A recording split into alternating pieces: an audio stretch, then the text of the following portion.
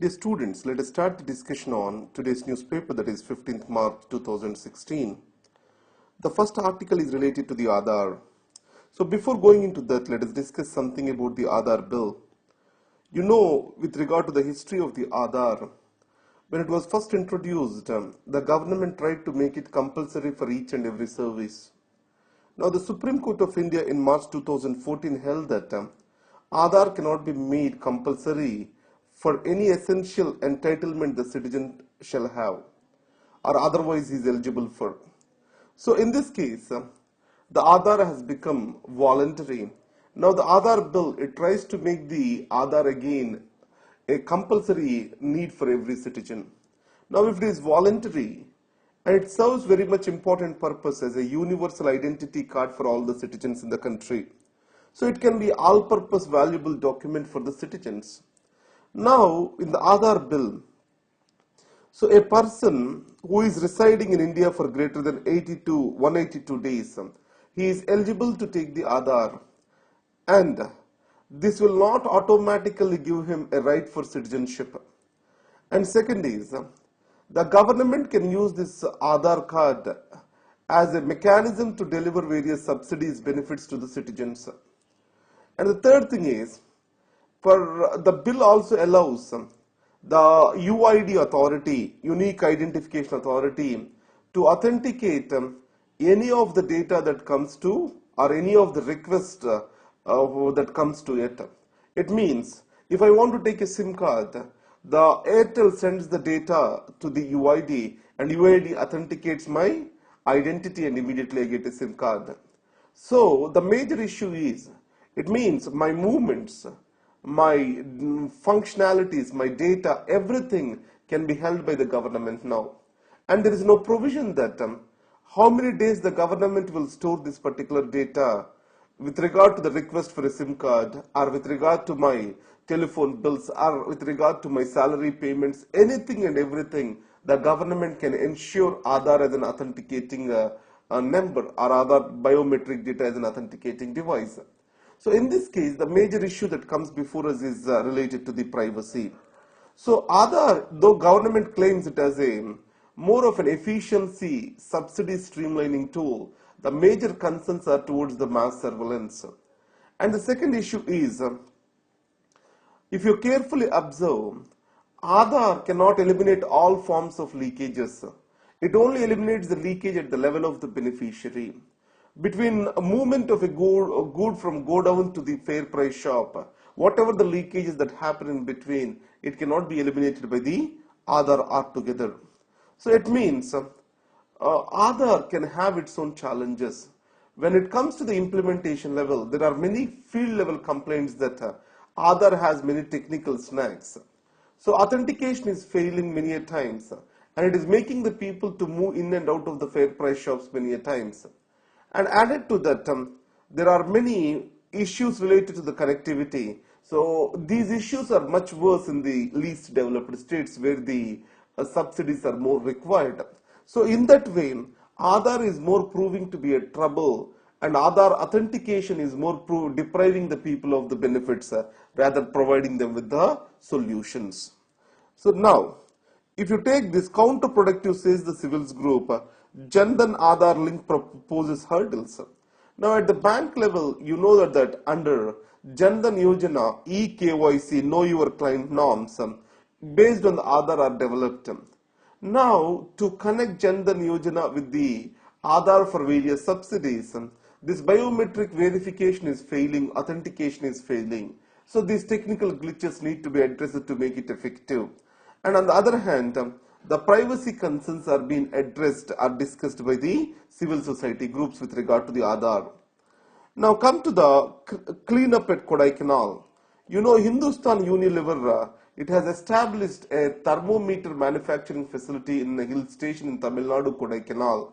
So in thermometers, the mercury is used, and the entire project site was contaminated by the mercury. Now in this, the major challenges included this one. So in India, generally we ignore the occupational hazard, or we don't have the concern for the occupational hazards. So workers need to be duly compensated in the West for the occupational hazards such as silicosis and this mercury poisoning, etc. So India also, we shall bring this into the work environment. And bioremediation, it means if the industry has caused that particular damage, it is the responsibility of the industry to remove the toxic materials from the environment over there. So in this context, there is a lot of confusion. The civil society claims that the total mercury in the site shall be around 6.6 milligrams per kg of per kg, and pollution bodies, they are agreeing for 20 milligrams per kg, which the civil society groups still argue as toxic. And finally, governments have to take the impact assessment very serious. The environmental ministry is becoming more and more defensive, and it is said that it need not be so. The impact assessment has to be serious, and the short-term gains shall not give away for the long-term environmental benefits in our policy making. So understand, the crippling pollution, it's going to undermine the growth in the long run. So the long-term costs are going to be much higher if you see the short-term gains with regard to the pollution are concerned. Now, marital rape. Yesterday we discussed this article, and you all know that the marital rape, Miss Helen Clark from UNDP has clearly said that it is about consent, not about culture. Now, Ms. Menaka Gandhi declared in the parliament that the government has no intention to amend Indian penal code that do not penalize the marital rape.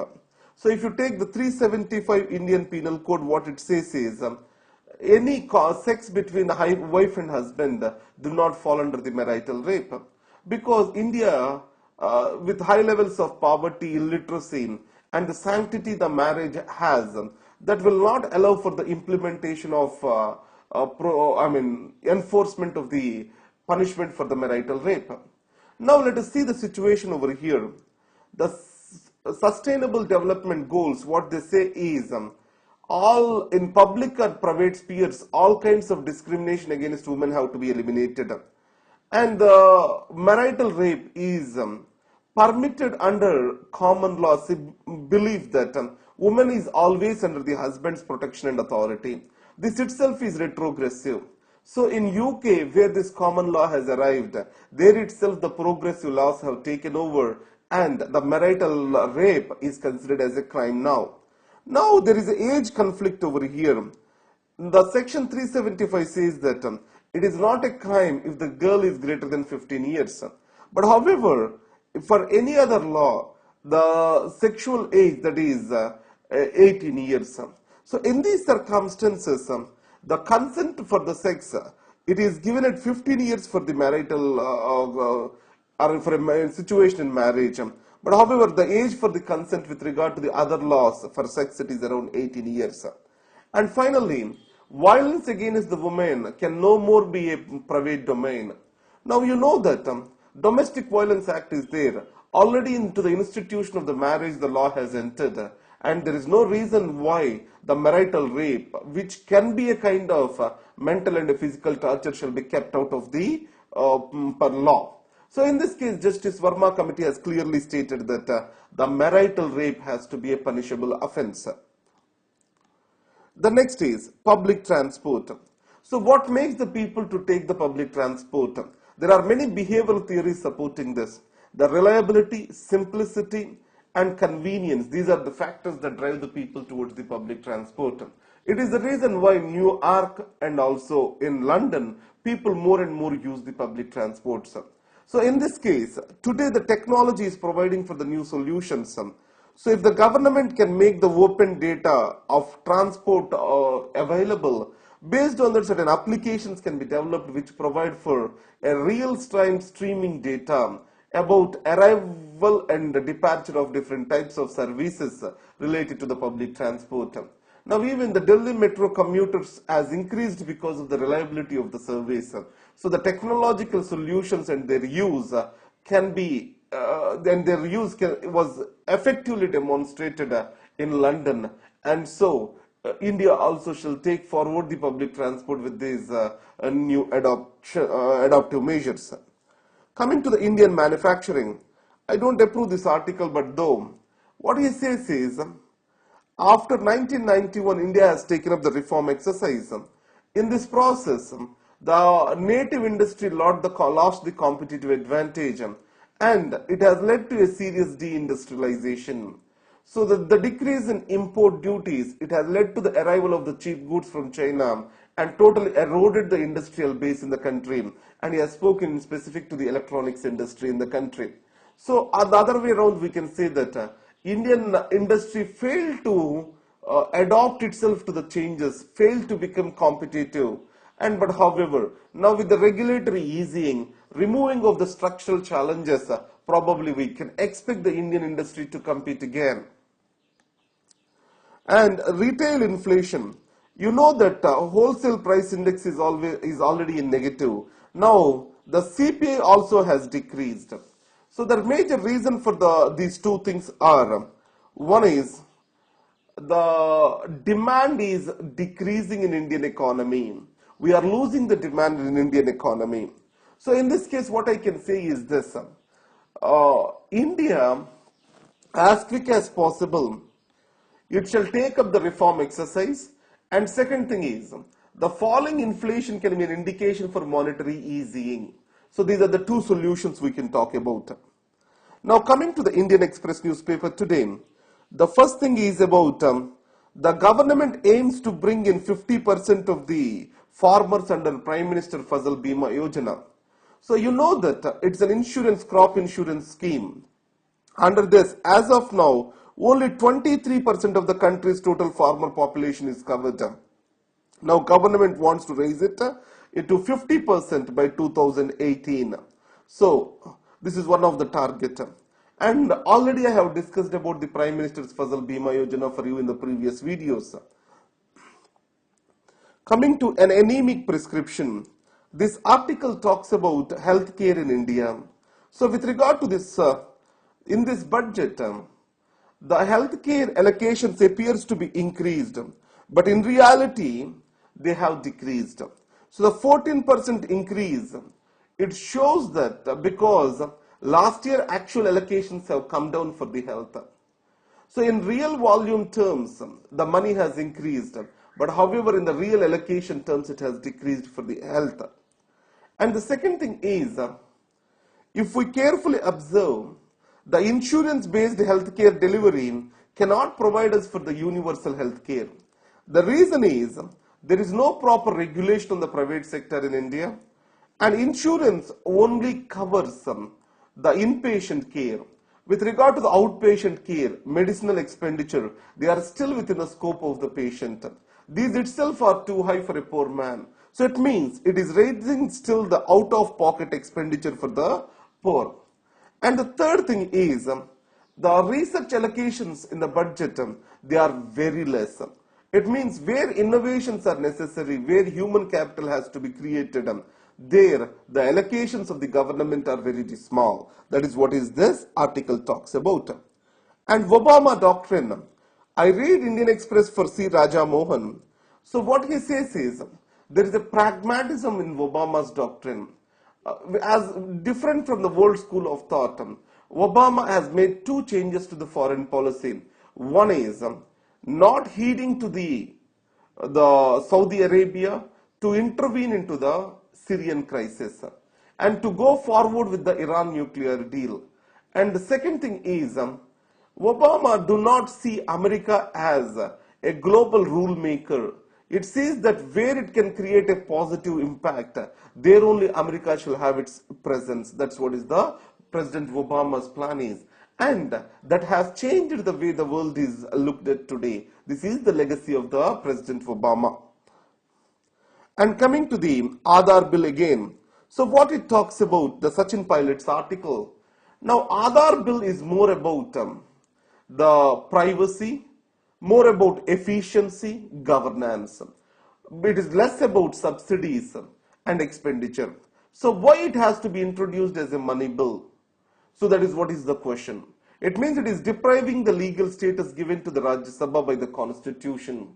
So from the money bill perspective, it tries to argue the Aadhaar. And coming to the governor's message. So this is the most important article for today. So what the Governor Raghuram Rajan has said over here. So the budget or else the fiscal policy and the macroeconomic stability are critical for the growth of the country. In the ongoing crisis phase, India is a beacon of light because of its macroeconomic stability and maintenance of inflation within the limits, reforming of the banking sector and addressing the NPAs. It will revive the growth process in India. But the long-term growth process of India depends upon human capital, increased access to finance, easing of regulations. This is what is suggested. So, you can talk about the governor's message and the strong underlying point for the macroeconomic stability, human capital building in the country. So, these are the things which we have for the discussion today. Let us see the previous day's question. This question directly falls from the governor's Raghuram Rajan's speech. So the macroeconomic stability, why is it important? And then control of the inflation. And then we have human capital building. And after that, the stability of the capital flows that talks about the regulatory easing. And finally, the attraction of foreign direct investments. All these things can provide for revive the growth process in the country. So these points, if you enlarge, then the yesterday's question could have been easily answered. So, why macroeconomic stability is necessary? If the fiscal policy is eased, what are the consequences? And the second thing is, did it provide any advantages in Brazil? You can take the example over there. And capital flows, why they are important, how they will come to India. You can provide for the recommendations. And finally, we can suggest for the India to move forward in the long run, we shall have the human capital and all the other associated factors over there that will provide the right answer for yesterday's question. Thank you very much.